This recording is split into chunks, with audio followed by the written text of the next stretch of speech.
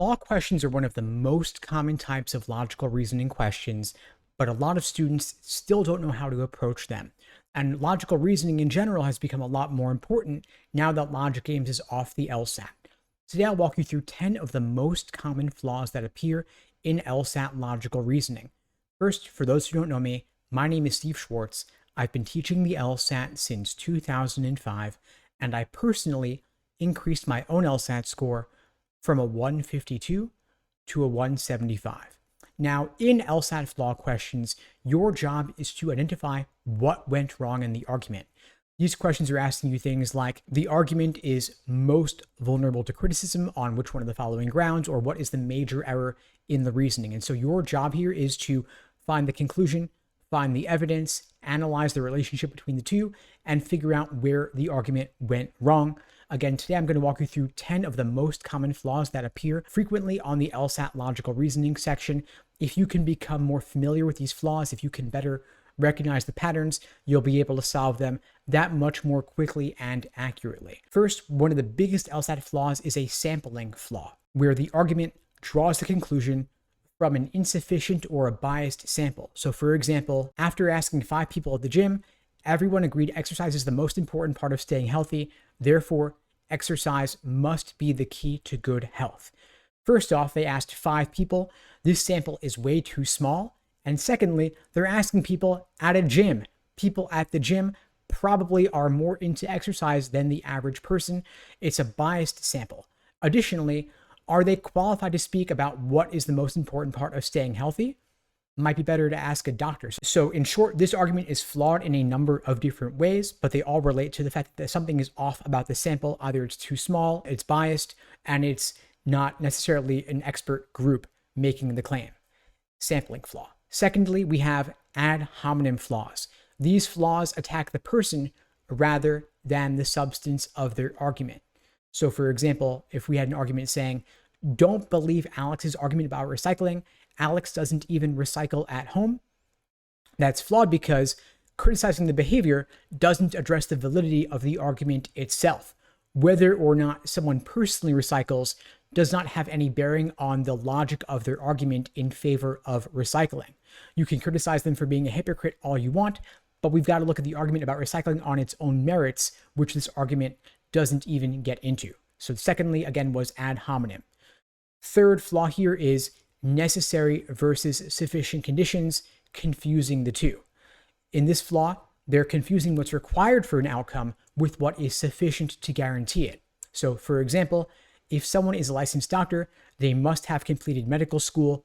Chris completed medical school, so Chris must be a licensed doctor. So of course, completing medical school is necessary to become a doctor, but it's not sufficient to guarantee that they gained their license. So for example, did they pass the USMLE, the medical boards?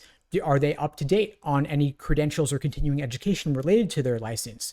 Medical school is key, of course, but there may be other things one has to do in addition in order to be a licensed physician. So again, number 3, confusing necessary versus sufficient conditions. Fourth flaw, circular reasoning. Circular reasoning is when the argument's conclusion is just restating the premise without adding anything new. This is bizarre because they're kind of saying the same thing twice, but this does in fact happen both on the LSAT and in real life. For example, quote, this book is popular because it's the best-selling book right now. They're saying it's popular because it's the best-selling. That's saying the same thing twice. They're confusing the conclusion and the evidence and conflating the two. The argument's not providing any real evidence, but they're just restating what they already said. So again, circular reasoning, number 4. So the 5th flaw here is the flaw of equivocation or ambiguity, using the same word with 2 different definitions over the course of the argument. So for example, Lee is fast, so they must excel at solving problems quickly. So fast might mean fast like a very fast runner. That kind of speed is totally different from being able to solve problems quickly, confusing mental speed with physical speed. Those are 2 different things. They're exploiting an ambiguity in the way that we use the word fast in potentially different ways. If you look up the keyword in the dictionary, you'll see a primary definition, a secondary definition, maybe even a third or tertiary definition. And so if you're going to use a key vocabulary word, you have to use it consistently over the course of the argument. You can't play that switcheroo game with the term. So again, number 5 here is the flaw of equivocation or ambiguity. The 6th flaw here is confusing part versus whole, assuming that's what's true of part must necessarily be true of the whole as well, or vice versa. So for example, if we say that this team has the best player in the league, therefore it must be the best team, that's confusing a part of the team, an individual player, with the team as a whole.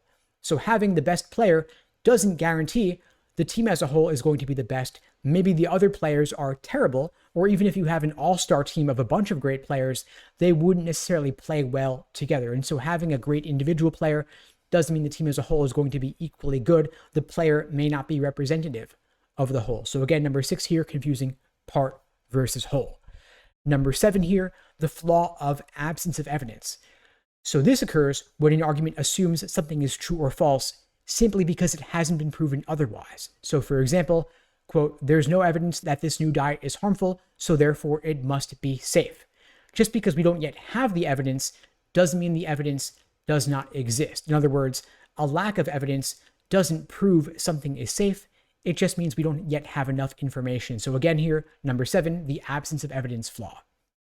Number 8, appealing to emotion or authority. This is 2 flaws here in one, but either way, they're both making a flawed appeal.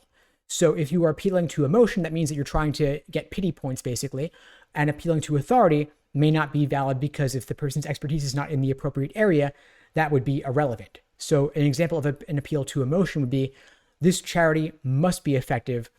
Just think of all the people who would suffer without it. So even if this is emotionally compelling because they're pulling on your heartstrings about the suffering people, that has nothing to do with whether the charity is effective or not. 9th flaw here is an internal contradiction. This is when, strangely enough, the argument contains 2 different statements that are mutually exclusive or go against one another. So for example, this product is the best on the market, but no one should waste their money on it.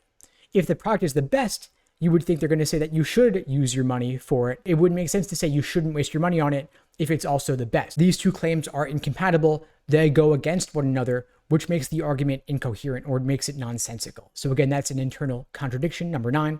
Finally, the 10th flaw here is correlation causation, confusing a correlation to indicate causation when it doesn't necessarily do so. So for example, if we say sales increased after the new manager was hired, so the manager must be responsible for the increase. That could be a coincidence. There could be some third variable at play here. We don't know that the sales increased because of the new manager, just because the new manager was hired around the same time. It could be a coincidence. There could have been a seasonal trend, which makes that causal link unsupported. So again, the 10th flaw here is a correlation causation flaw. Now, these 10 flaws are all classic logical fallacies. If you can familiarize yourself with flaws like these, you'll be in a much better position to handle flaw questions when they come up.